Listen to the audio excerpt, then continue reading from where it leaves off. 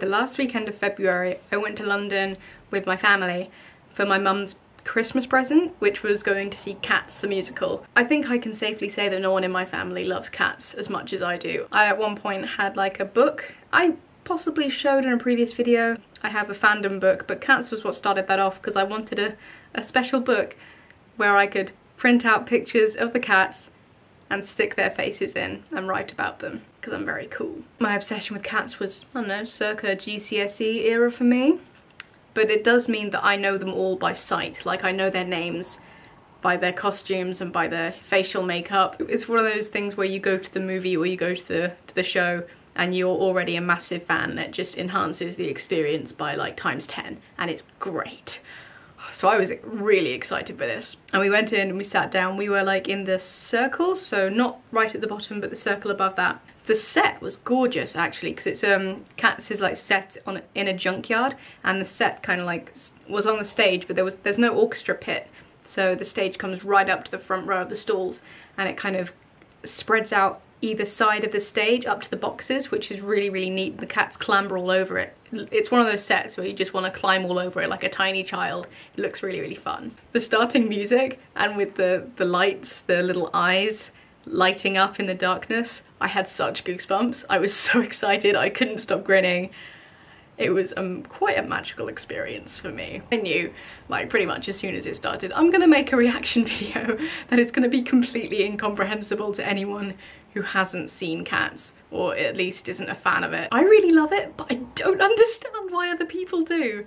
It's a really strange musical. I don't know, maybe it had like more appeal in the 80s or something, but I don't get what the appeal is to a wider audience. I have no idea why it's so popular.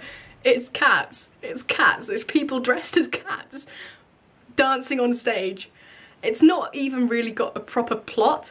It's got like the vaguest hints of a plot. All of these cats come together once a year, and then they pick one cat, or the big cat, the chief cat, old Deuteronomy, he picks one cat every year to go to cat heaven in the Heaviside layer. That's it.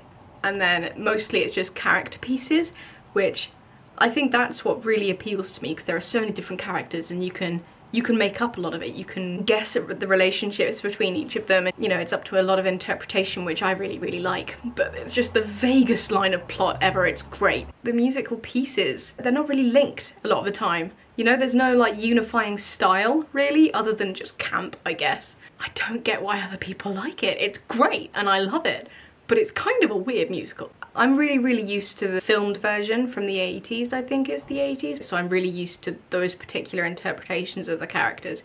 But I liked this old Deuteronomy a lot more than the one in the movie, because I could hear what he was saying better, singing even. Also, he stayed on stage in the interval, like acting like a cat, and people were allowed to go up and get him to sign stuff, which was really, really neat. The Rum Tum Tugger, that's the issue. That's the main issue that I had with it, and that both my sisters had with it. My parents didn't really seem to care either way, but after the Rum Tum Tugger song, we all sort of looked at each other like, what the fuck is happening? Because they updated it for the modern age, and it didn't quite work. In the original musical, he's sort of like a bad boy rock star sort of thing. Like, he's got a quiff, and you know, he shakes his hips a lot. And that this Rum Tum Tugger was a rapper. And that could have worked. It could have been really good, but it just didn't. It was really awkward. I don't know if it was because of the rap or because of the actor, but it made him seem a lot more like a cocksure boy than the super confident, sexy man that he was in the original musical. Which meant that all of the other, like the kittens and the female cats fawning over him, it didn't really work. It didn't make much sense, because he didn't have that much sex appeal. Really, it was just, that's my main gripe with the new musical. The Jellicle Ball is my favourite bit. It starts off with a bit of a song, just them talking about like what Jellicle cats are, how great they are, and then it kind of becomes a huge dance fest. And I absolutely loved it. That's my favourite bit, hands down, because they all get to dance together, and they dance in groups, in duos, by themselves, and it's super great. It was gorgeous to watch. Like, picking out the individuals and watching them interact with each other, the expressions they made, it was catnip. pun and reference totally intended. I saw Kerry Ellis as Grisabella.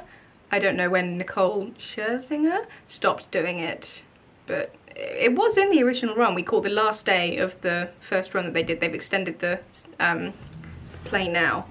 But we saw Kerry Ellis and she was great.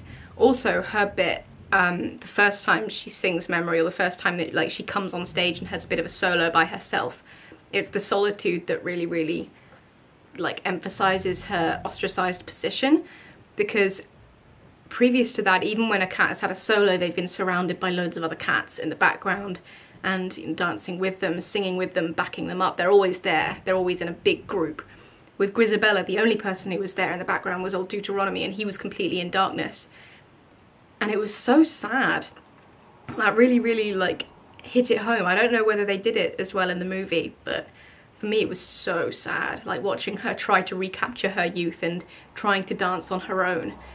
And she would have been able to dance properly, she would have been able to pull off those moves if she'd had other cats around to back her up. In the movie, the growl tiger thing doesn't exist. Like, you go straight from Gus's song to Skimbleshank's. Growl Tiger's Last Stand just isn't there, which I'm really glad about in retrospect, having seen Growl Tiger's Last Stand. It started off okay, like pirate cats on the Thames, and then the weird racism came in.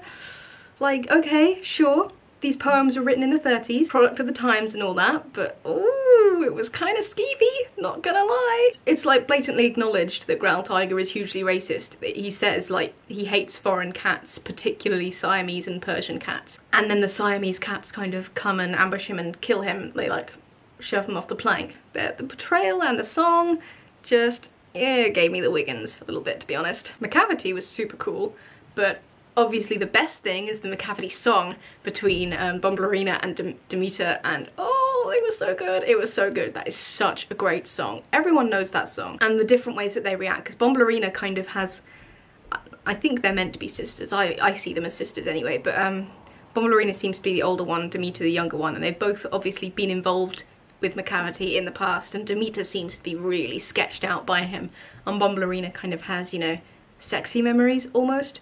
But the different dynamics in the way that they sing their songs, it's just really cool. Okay, Mr. Mistopheles was when I started to like the Rum Tum Tugger again, because that was when I decided that he's not meant to be a sexy man. Yeah, they were clearly boyfriends, right? Because that would make sense. It made sense to me anyway. That was why Rum Tum Tugger didn't have as much pull with the queens. The way that he and Mistopheles like interacted, they were mimicking each other's dance steps, they were smiling at each other, they were flirting, at least in my eyes.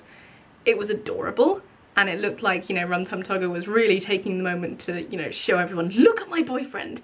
Isn't he great? Isn't he wonderful? What a magical guy. Look at his pirouettes. Isn't he grand? The guy who played Mistopheles, his pirouettes were fucking outstanding. Holy shit. Lots of clapping. Obviously, like, the big clapping comes from Memory, like the main Memory song. And people went nuts for Kerry Ellis's belting bit. Holy crap. People were on their feet. Oh lord. It's been 10-12 minutes of me ranting about how much I love cats. I'd be embarrassed, but I knew that this would happen. Also, do you like my top? It has cat skulls on it. And mouse skulls, but, you know, the cat skulls are the bigger ones. Neat though, huh? Okay, normal videos of a less nerdy, fanish nature will resume at a later date.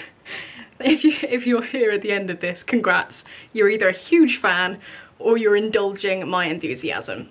Thank you in either case.